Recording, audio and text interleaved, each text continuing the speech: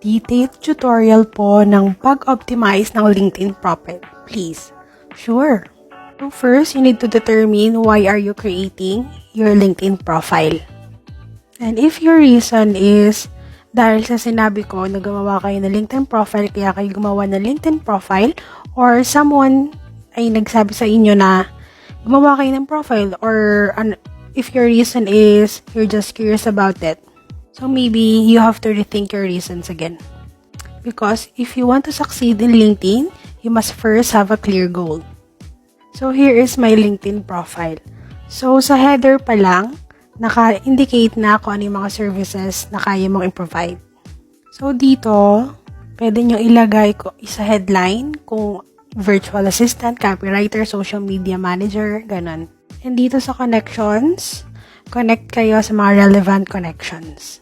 I-fill out nyo rin yung open to section para makita ng mga recruiters na open for work kayo. And then dito sa add section, ito yung makikita nyo. So the first category is core, and it includes education, position, and skills. Fill out nyo lang yan.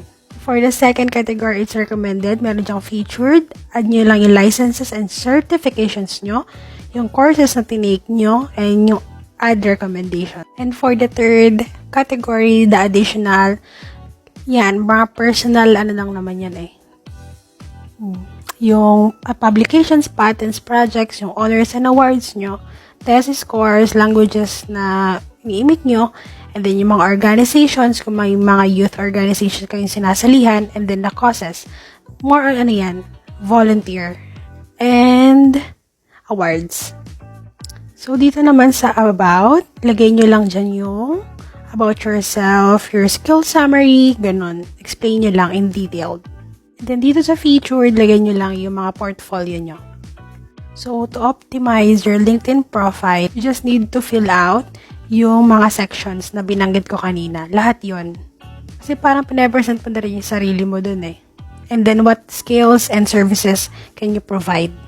And then, tip, always check your grammar and spellings because it creates a first impression sa mga titingin ng profile nyo. And then, for the profile picture pala, it is important na decent yung picture nyo doon, okay? Magpo-post ng selfies or masyado showy, gano'n, professional. And then, sa lahat na ilalagay nyo doon sa LinkedIn nyo, ask yourself, is this how you want to present yourself in the professional world? And that's how you optimize your LinkedIn. If may questions kayo, comment lang kayo and then follow for more.